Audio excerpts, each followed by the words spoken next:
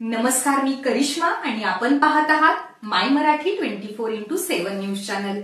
माय Marathi 24x7 news channel मध्ये आपल्या सगळ्या दर्शकांचे अगदी मनापासून स्वागत। पाहूयात आता महत्त्वाची बातमी।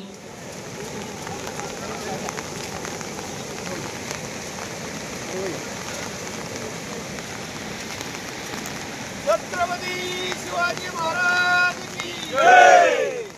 जय भवानी, जय शिवाजी, जय शिवाजी, जय भवानी। या प्रशासनाचं करायचं काय? खाली डोकं वर पाय। या ठेकेदाराचं करायचं काय? खाली डोकं वर पाय। गोवणखोराला न्याय मिळालाच पाहिजे, गोवणखोराला न्याय मिळालाच पाहिजे, गोवणखोराला न्याय मिळालाच पाहिजे। अरे या प्रशासनाचं करायचं काय? खाली डोकं वर पाय। या ठेकेदाराचं करायचं काय? खाली डोकं वर पाय। या प्रशासनाचा निषेध असो, निषेध असो, निषेध असो।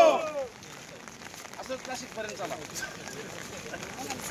डोकं वर पाय। चाले पुलाच्या परिस्थितीला जबाबदार असणाऱ्या अधिकाऱ्यांचं करायचं काय? खाली डोकं वर पाय। ठेकेदाराचं करायचं काय? खाली डोकं वर पाय। गोवणखोरातील नागरिकांचा जो विषय झालाय त्या संदर्भात या लोकांचं करायचं काय? खाली डोकं वर पाय।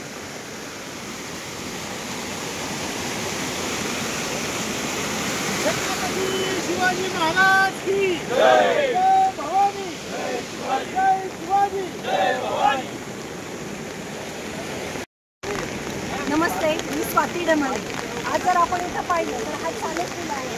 हा चालक पूल आहे ना, हा कोळवणच्या इतर गावांशी जोडलेला पूल आहे। तिथे कमीत कमी 10 ते 15,000 लोकसंख्या असलेलं गाव आहे। या चाल्या पुलाची निविदा 2024 मार्चलाच संपलेली आहे। निविदा संपल्यानंतर पुलाचं काम चालू केलं गेलं आहे आणि पुलाचं काम जर आपण बघितलं तर अर्धवट स्थितीत आहे। गेले वर्षभर शिवसेना उद्धव बाळासाहेब ठाकरे पक्षाच्या वतीनं मी आणि माझे सर्व सहकारी याच्यावर आंदोलन घेत आहोत की या पुलाच्या कामाचे आपण काम पूर्ण करावे, परंतु अतिशय प्रशासनाने दिरंगाई करून आज ही पूरग्रस्त परिस्थिती ओढवलेली आहे।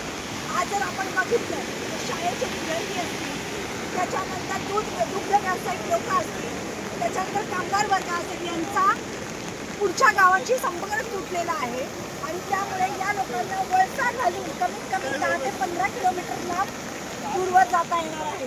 आज जर आपण हे चाले पूल बघितलं तर मला असं वाटतं प्रशासनातून या चाले पुलासाठी खूप दिरंगाई व्यक्त केली जात आहे। सर्व समाज आणि सर्व तालुका याच्यावर आम्ही निषेध व्यक्त करतो आहे की याच्यावर मॉनिटरिंग करणारा एकही माणूस आतापर्यंत इथे आम्हाला आलेला नाही। वेळोवेळी आम्ही PWDकडे मागणी केली, परंतु PWDचे अधिकारी सुद्धा याच्यावर त्यांचा कुठलाच कंट्रोल नाही आणि त्यांनी कुठेही लक्ष दिले गेले नाही।